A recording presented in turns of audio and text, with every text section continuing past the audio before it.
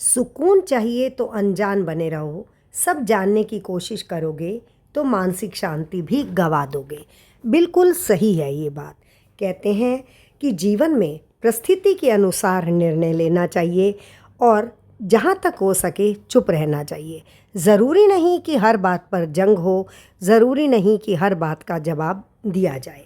तो चलिए इन्हीं बातों के साथ सुनते हैं एक नई कहानी। जंगल का राजा शेर अपनी शान से जंगल में घूमता था। सभी जानवर उससे डरते थे, दूर भागते थे। अचानक एक दिन शेर को ना जाने क्या सूझी। उसने सामने बैठे बंदर से पूछा, मुझे बताओ, क्या मेरे शरीर से दुर्गंध आती है जो सभी जानवर मुझसे दूर भागते हैं? बंदर ने बिना सोचे समझे कहा, महाराज, आप कैसी बात करते हैं? सभी जानवर आपके पास रहना चाहते हैं, पर आप राजा हैं, इसलिए वे आपसे दूरी बनाकर रखते हैं। आपके शरीर से तो इत्र के समान खुशबू आती है। यह बात सुनकर जंगल के राजा शेर को बहुत क्रोध आया। उसने कहा, यह वानर मेरी चापलूसी करता है, इसलिए उसने तुरंत उस वानर को मार दिया। अब जंगल का राजा क्रोधित था। ये सब बातें बारहसिंगा भी देख रहा था।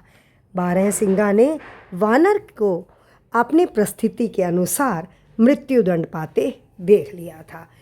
इसलिए जब शेर ने बारहसिंगा से पूछा, मुझे बताओ, क्या सब जानवर मुझसे दूर भागते हैं? ये तुम जानते हो? बारहसिंगा ने कहा, जी महाराज, मैं यह बात भली भांति जानता हूँ। तो उसने कहा, इसका क्या कारण है?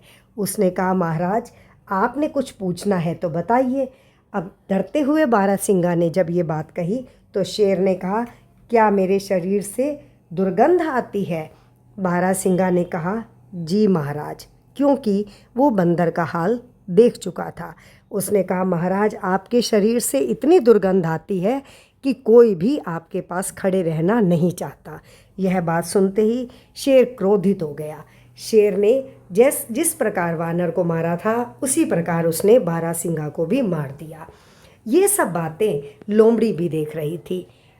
जैसे ही शेर ने लोमड़ी से प्रश्न किया, लोमड़ी ने अपनी सूझबूझ का परिचय दिया। उसने कहा, महाराज, मैं आपके प्रश्न का उत्तर तो दे सकती हूँ, पर मैं उत्तर किस प्रकार दूँ? शेर ने कहा, क्यों, क्या तुम नहीं जानती मेरा प्रश्न क्या है? लोमड़ी ने कहा, प्रश्न तो मैं जानती हूँ, लेकिन कई दिनों से मुझे इतना सर्दी और ज़ुकाम है, मुझे तो खाए गए भोजन का स्वाद भी पता नहीं चलता। मैं आपको शरीर से आने वाली सुगंध या दुर्गंध के बारे में किस प्रकार बता सकती हूँ? तो ये कहानी हमें अपने आप में एक ऐसी शिक्षा देती है कि ज़रूरी नहीं कि हर समय जवाब दिया जाए। अपनी सूझबूझ से अपना बचाव करें, जहाँ तक हो सके मौन रहें।